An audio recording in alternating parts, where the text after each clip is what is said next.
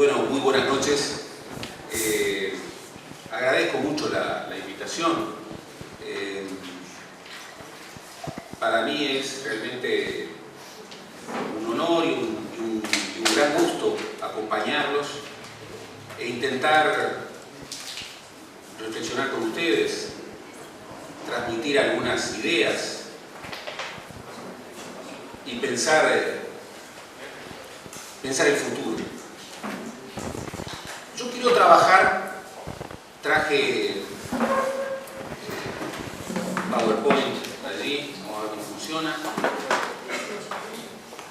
Quiero trabajar sobre algunas hipótesis. Tal vez este término pueda sonar raro, hipótesis, que son explicaciones probables. Los intelectuales nos manejamos con eso, no con verdades, con explicaciones probables, indicios, perspectivas a discutir. Pero esto tiene que ver con la política, porque cuando se acusa a los intelectuales de que hacen política teórica, se está negando la política y particularmente la política democrática. La política democrática es siempre teoría en acción, siempre. Y cuando falta la teoría, o peor aún, cuando no hay teoría, los campeones de la práctica fracasan. Pero además fracasan, sobre todo fracasan si son de izquierda, porque la diferencia fundamental entre alguien de izquierda y alguien de derecha es que el hombre de izquierda cree que hay derecha e izquierda. El hombre de derecha lo que dice es que no hay izquierda ni derecha. Quijano siempre decía bien, cuando alguien le diga que no hay izquierda o derecha, o que no es izquierda y derecha, no se preocupe, es de derecha.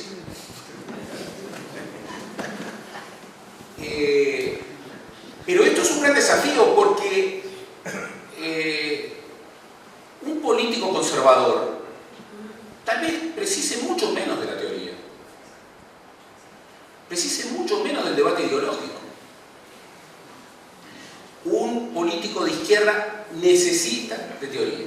No hay cambio sin teoría del cambio. Por eso, tal vez, discutir hipótesis pueda aportar algo. En particular, si hay un contexto que obliga a la prospectiva. Y esta es la hipótesis fuerte que yo quiero trabajar hoy con ustedes. La hipótesis fuerte que quiero trabajar con ustedes es que el Uruguay vuelve a vivir, como tiempo no vivía, una coyuntura en donde la hipótesis del salto al desarrollo no es una quimera.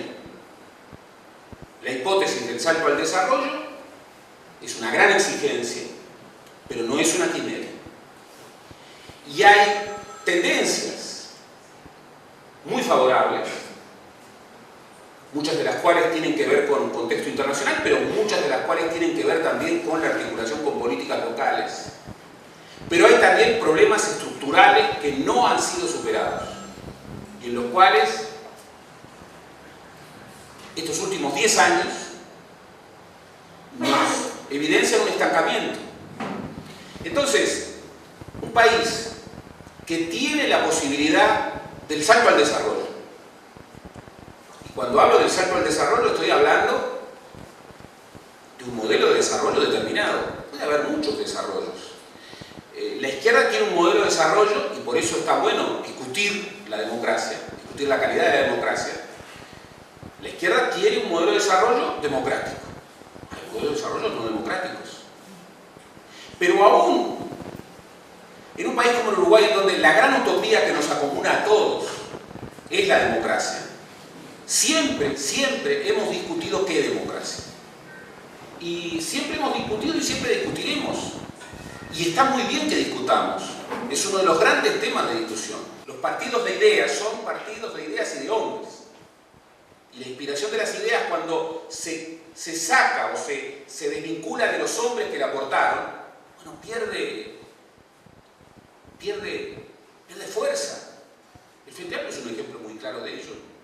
El Frente Amplio es el partido más tradicional del Uruguay. Y eso es una gran noticia para el Frente Amplio. ¿Qué quiere decir un partido tradicional? Un partido que no solamente está definido por sus ideas, sino que está definido también por su historia, por sus vínculos simbólico-emotivos, no irracionales, que se articulan con la ideología, pero que también se articulan con compromisos humanos y que requieren una historia de hombres y de mujeres, una historia de personas, una comunidad de sangre, que tiene pasado compartido, sangre compartida, y que tiene compromisos compartidos. Si la hipótesis es que el Uruguay tiene hoy la posibilidad del salto al desarrollo, exigente, pero no quimérico. Si el modelo de desarrollo que queremos no es cualquiera, sino que es un modelo democrático, también es cierto que desde una perspectiva de izquierda, la democracia que queremos y el desarrollo que queremos es un desarrollo que incorpore igualdad y libertad. No es cierto que la izquierda defiende la igualdad y la derecha defiende la libertad. Justamente hoy, para afirmar la calidad de la democracia, hay que defender más libertad, más libertades en plural y más igualdad, más igualdades en plural, igualdades complejas. Uno de los grandes ideólogos conservadores que tuvo el Uruguay, José Lureta Goyena, cuando ingresó a la Academia Nacional de Letras, pronunció un discurso que se llamaba El peligro de la fraternidad. Y dijo, hablando de su gran revolución, que era la madre de todas las revoluciones modernas, que era la Revolución Francesa. El problema no es la libertad, porque la libertad es la del individuo. Lo miraba desde el liberalismo conservador. El problema tampoco es la igualdad, porque la igualdad debe ser entendida como igual libertad. La igual libertad es el espacio para el desarrollo del capitalismo, que él defendía. La igual libertad permite el egoísmo constructivo, lo decía así, el egoísmo constructivo, que era la esencia y es la esencia del capitalismo. El problema es la fraternidad. El problema es la fraternidad. Y luego traducía fraternidad. La solidaridad. Porque la solidaridad es la ambición de construir desde los valores, no de un individuo aislado de la sociedad, sino de una persona interactuando con la sociedad y responsable del bien público, de construir una democracia distinta. Y decía, la democracia, que es solo, visión restrictiva de la democracia, una forma de organización de los poderes públicos, puede volverse por la solidaridad la máscara de los gobiernos izquierdistas. Este ha sido siempre el debate en Uruguay. ¿Qué democracia y qué desarrollo? Lureta Goyena era muy claro, prístino. Lureta Goyena quería un liberalismo conservador y advertía que ese liberalismo conservador estaba desafiado por la solidaridad.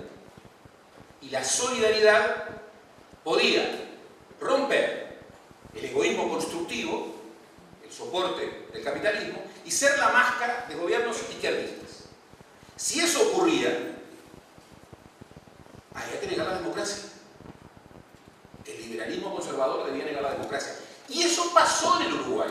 Y no solo una vez, varias veces. Cuando los liberales, para defender la libertad económica, habilitaron directa o indirectamente el derrumbe de la libertad política. Lo cual nos debe hacer recordar que la democracia puede ser negada y ojo que puede ser negada también desde la izquierda, y este es un aprendizaje de hierro. No hay izquierda que valga la pena que no sea democrática. Y esto tiene responsabilidades teóricas e ideológicas. Y hay que discutirlo hasta el final. Y hay cosas que se decían hace 15, 20 años que hoy son insuscribibles desde la izquierda y que tienen que ver con el desafío de una izquierda democrática, que requiere más libertades y más igualdades. Esto supone que hubo negaciones a la libertad política para defender la libertad económica. Y que desde el liberalismo, no solo desde el fascismo, desde el liberalismo conservador, se prefirió en determinados momentos sacrificar la libertad política para profundizar la libertad económica. Mi hipótesis es que el Uruguay tiene el desafío del salto al desarrollo, que puede desarrollar un salto al desarrollo desde una perspectiva solidarista, que eso requiere calificar la democracia, que eso es posible, pero muy exigente, y que para estar a la altura de esas circunstancias, la izquierda tiene que ser más izquierda. Y eso implica ser más democrática, y eso implica asumir los riesgos de profundizar los derechos. Yo quiero traducir estas ideas en algunas tendencias. Y tengo buenas noticias y malas noticias. Vean, la variación del Producto Bruto desde el año 80 hasta el año 2010. Los valores en rojo son las crisis. Crisis internacionales, país espejo, país tomador de reglas y de precios. Pero vean esto. Y acá es el 2010, sumemos 2011, sumemos 2012 y sumemos 2010. 10 años de crecimiento inédito en la historia uruguaya. Una bonanza económica inédita en la historia uruguaya. No cabe duda que esto tiene que ver con el viento de cola de una coyuntura favorable, pero no solo es eso. No solo es eso. Vean la inversión total en Uruguay. Uruguay es un país que, si mantenía el 10% de la tasa de inversión productiva del 2004, del 99 o del 96, no tiene desarrollo posible. Debía saltar, por lo menos duplicar su tasa de inversión. Lo ha hecho. Hoy hemos vuelto más del 20%, 22, 23%. Pero, siguiente, ¿cuál es el secreto del incremento de la tasa de inversión? La inversión extranjera directa. Y aquí no vale el atajo. La tasa de inversión se más que duplicó fundamentalmente por inversión extranjera directa. Como lo decía el presidente Mujica con su jerga. Y bueno, tuvimos que importar burgueses. Algo que en el Uruguay nunca ha habido. Porque en el Uruguay hemos tenido un capitalismo de ausencias. Entre otros ausentes, los empresarios. Como bien se dice desde el PIT-CNT, los empresarios uruguayos son mucho más patrones que empresarios. Y han preferido mucho más incrementar su peculio desde la explotación de los trabajadores antes que incrementar su peculio desde la inversión y desde el riesgo. Pero crecer por la base de la inversión extranjera directa tiene implicaciones. Tiene implicaciones, sobre todo para un país como Uruguay. Y hay que asumirlas radicalmente. Porque sabemos muy bien, no les voy a decir a ustedes, que las inversiones que están hoy, mañana, y que los empresarios, por favor, son empresarios. Que pueden tener las ideas que quieran, pero como empresarios son empresarios. Con sus roles, yo creo que una sociedad necesita empresarios, incluso una sociedad postcapitalista necesitará empresarios, pero el empresario es empresario y tiene su lógica de acción. No hay que demonizarlo. Hay documentos frente amplistas en donde no aparece una sola vez la palabra empresario. No sé en qué sociedad puede vivir alguien que trata de construir el futuro sin emplear la palabra empresario. Eso es una gran falsedad. Si el Frente Amplio habla de cómo gestionar esta sociedad y no habla de los empresarios, está ocultando algo que hace en la gestión. Porque hoy para construir inversión hay que tratar con los empresarios. Pero la articulación público-privada no ha sido resuelta por el gobierno del Frente Amplio. Y los problemas que ha tenido el país en la articulación público-privado, en la articulación del Estado con empresarios privados, no lo han resuelto los llamados empresarios progresistas, que a veces no eran progresistas ni tampoco empresarios. Sigamos. Las virtudes sociales de este periodo son excepcionales. Vean la baja tasa de desempleo. Hoy incluso estamos por debajo del 6, 5.5. Desde que hay mediciones, el mejor momento de la ocupación en Uruguay. Sigamos. Ha habido un abatimiento extraordinario respecto a la pobreza. Vean ustedes, podemos variar en cuanto a las mediciones de pobreza porque los sistemas de medición tienen modelos distintos, o sea, son relativos. Pero estamos trabajando desde una misma batería de mediciones para poder compararlas.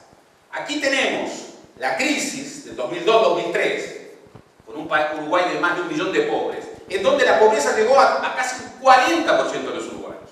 Hoy, de acuerdo a este sistema de mediciones, esto baja, 2010 estaba 18.7, hoy estamos por debajo de 15, en mediciones de otra pauta, 13 y fracción.